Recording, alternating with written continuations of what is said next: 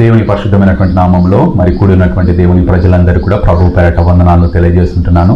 మీరందరూ కూడా బాగున్నారని నేను భావిస్తుంటున్నాను. నా కొరకు మీరు ప్రార్థన చేస్తున్నందుకే మీకు వందనాలు. అదేవిధంగా నేను కూడా మీ కొరకు ప్రార్థన చేస్తున్నానని కూడా మీకు తెలియజేస్తుంటున్నాను. దేవుని ప్రజలారా, మనము నెహెమ్యా గ్రంథంలో నుంచి నెహెమ్యా యొక్క జీవితాన్ని మనము నేర్చుకుంటున్నాం.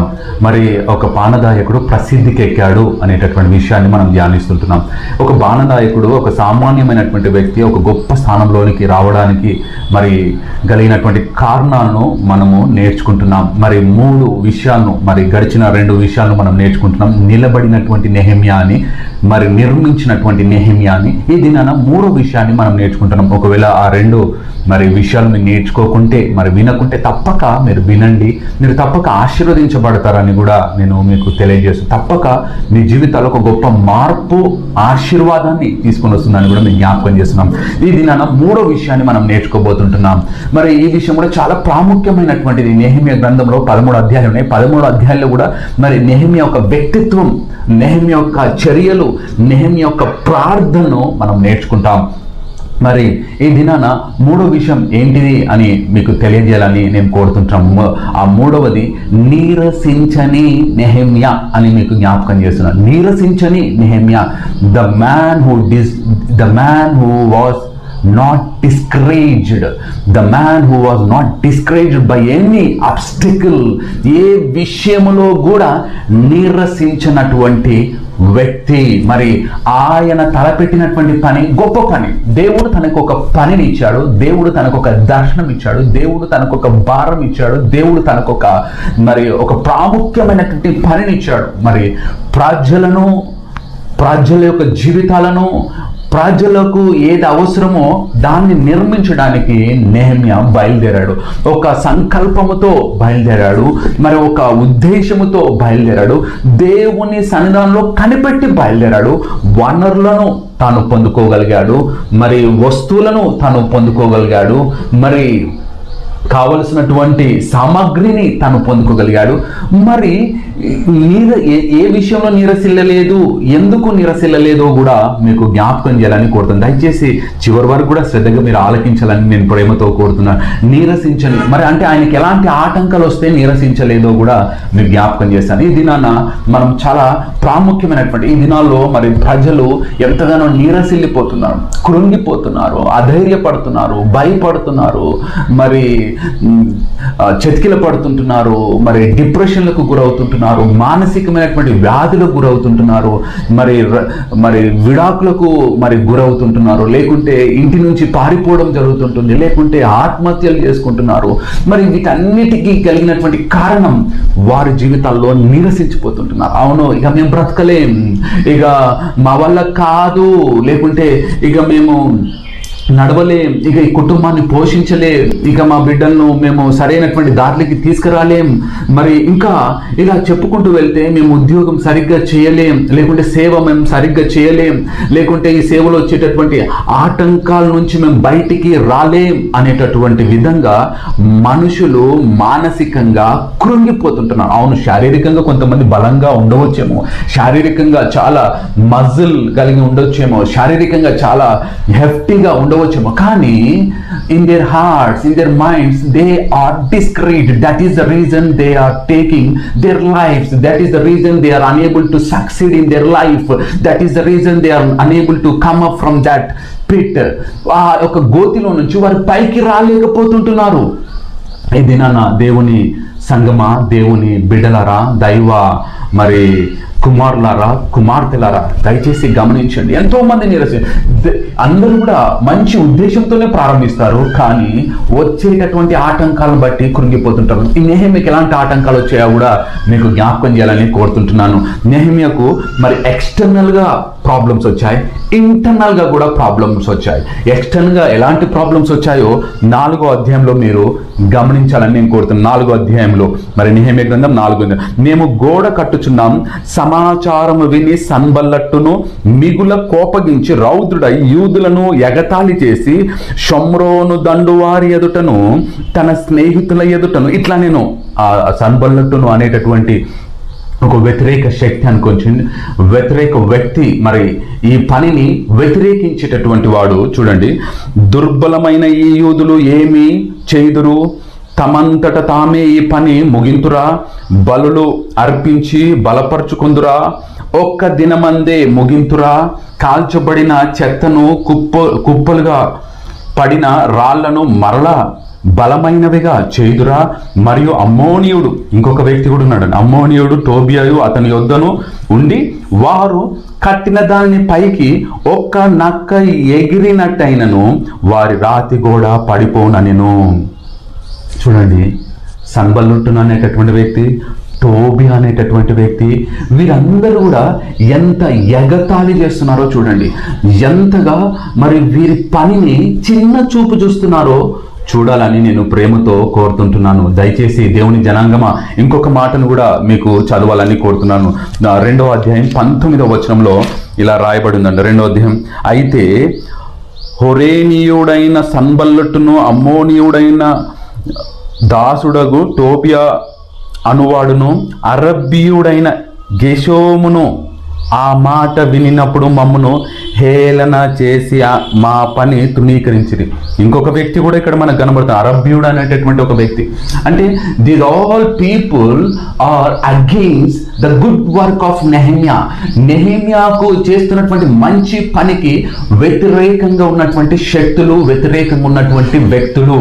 ఇలా ఈ దినాన నీవు కూడా ఒక మంచి పనిలో ఉండొచ్చేమో, నీ కుటుంబం గురించి ప్రార్థన చేసేటటువంటి పనిలో ఉండొచ్చేమో, లేకుంటే నీ యొక్క కుటుంబాన్ని పైకి తీసుకొచ్చేటటువంటి పనిలో ఉండొచ్చేమో, లేకుంటే మరి మంచి సంఘాన్ని కట్టేటటువంటి పనిలో ఉండొచ్చేమో, లేకుంటే మంచి ఉద్యోగస్తుడిగా ఉండాలని మంచి పనిలో ఉన్నావేమో. అవును, నేను నమ్మకంగా ఉండాలి, నేను ఎవ్వరికి అన్యాయం చేయొద్దు, నేను ఎవ్వరికి అపకారం తలపెట్టొద్దు, నేను ఎవ్వరికి మరి కీడు తలపెట్టొద్దు, నేను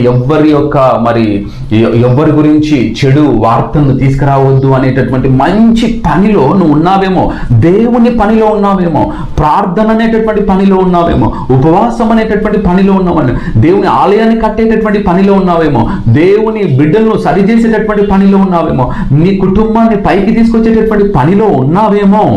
మరి ఈ పనిలో ఉన్నప్పుడు కొన్నిసార్లు ఎగతాళి చేసేటటువంటి శక్తులు నీ మీద నీకు వచ్చేమో. ఇక్కడ కూడా నెహెమ్యా మంచి పనిలో ఉన్నాడండి, కానీ మంచి పనిలో ఉన్నటువంటి ఈ మంచి వ్యక్తికి మరి ఎలాంటి మంచి మాటలు మాట్లాడాలి. అవును, మేము కట్టలేకపోతుంటున్నాం ఈ గోడలను, మేము కట్టలేకపోతున్నాం ఈ ప్రజలను, మేము సరి చేయలేకపోతున్నాం ఈ ప్రజలను, ఇతను ఎక్కడి నుంచో వచ్చాడు, మంచి పనిని తలపెట్టాడు అని అనుకోవడం లేదండి. వాళ్ళు ఇంకా నిందిస్తున్నారు, ఇంకా ఈ గేలి చేస్తున్నారు, ఇంకా అపహాస్యం చేస్తున్నారు, ఇంకా తనను చూడండి ఎంత ఇబ్బందికి గురి చేస్తున్నారో మీరు ఒకసారి ఆలోచించాలని నేను ప్రేమతో కోరుతుంటున్నాను. దేవుని ప్రజలారా, మరి ఇతనికి వ్యతిరేక శక్తులు పనిచేస్తున్నాయి. అంటే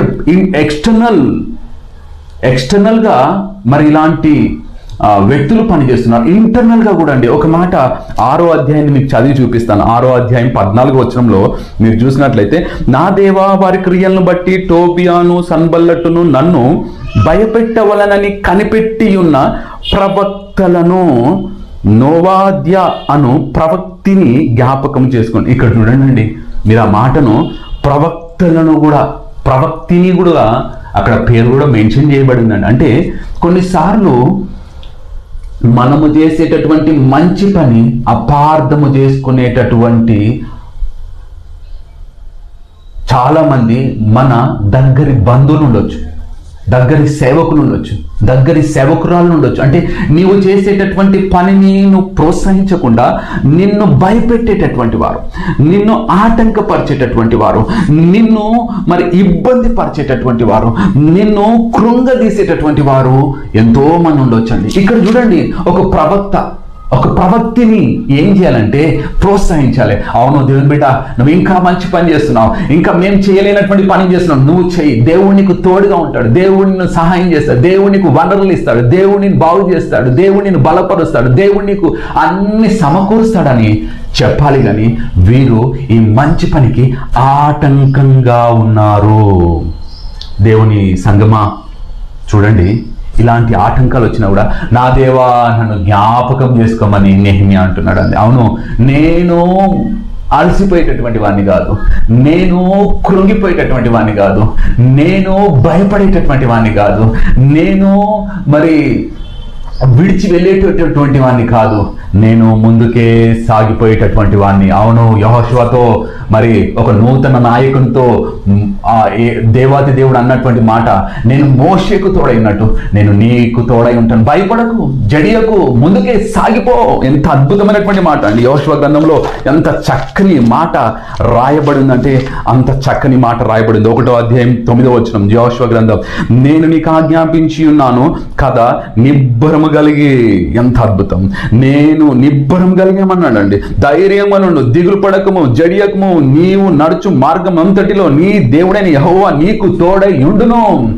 ఒక యవ్వన నాయకునితో నువ్వు జడియొద్దయ్యా, నువ్వు మంచి పనిలో ఉన్నావు, నువ్వు భయపడొద్దయ్యా, నువ్వు మంచి పనిలో ఉన్నావు, నువ్వు కుడిగ్గాని ఎడబ్బని నువ్వు తొలగొద్దయ్యా, నువ్వు మంచి పని, నేను నీకు తోడై ఉన్నాను, నేను నీకు సహాయము చేస్తాను. చూడండి దేవుని సంగమా, మనం భయపడొద్దు, మనం కృంగిపోవద్దు. ఈ దినాన దేవుడు మనందరితో మాట్లాడుతుంటున్నాడు. మనం దేన్ని కూడా జడైనటువంటి వారిగా ఉండాలని ప్రభువు మాట్లాడుతుంటున్నాడు. యెషయా ఫిలిప్పీయులకు రాసినటువంటి పత్రిక 4వ అధ్యాయం 13వ వచనంలో అంటాడు, నన్ను బలపరచు వాని యందు నేను సమస్తం చేయగలుగుతాను. I can do anything the God who enables me, the God who enables me, so I can do anything. The impossible things also I can do because my God encourages me. My God enables me. The God who is with me is almighty. నా దేవుడు శక్తిమంతుడు కాబట్టి నేను అన్నీ చేయగలుగుతాను, అసాధ్యమైనటువంటి కార్యాలను చేయగలుగుతాను. ఎంత ఇబ్బందుల కొలిమిలో కూడా నుంచి కూడా, అగ్ని గుండంలో నుంచి కూడా, అగ్నితో ఉండేటువంటి ప్రాకారంలోంచి కూడా నేను బయటికి రాగలుగుతాను. జలములు నన్ను ముంచలేవు, అగ్ని నన్ను ఆర్పలేవు. నేను దేవుని యొక్క బిడ్డను కాబట్టి నేను నీరసించను. I will not be discouraged by any obstacle. ఇది నేను ఏది ఆపుతుందో నాకు తెలియదు, ఎలాంటిది ఆపుతుందో నాకు తెలియదు.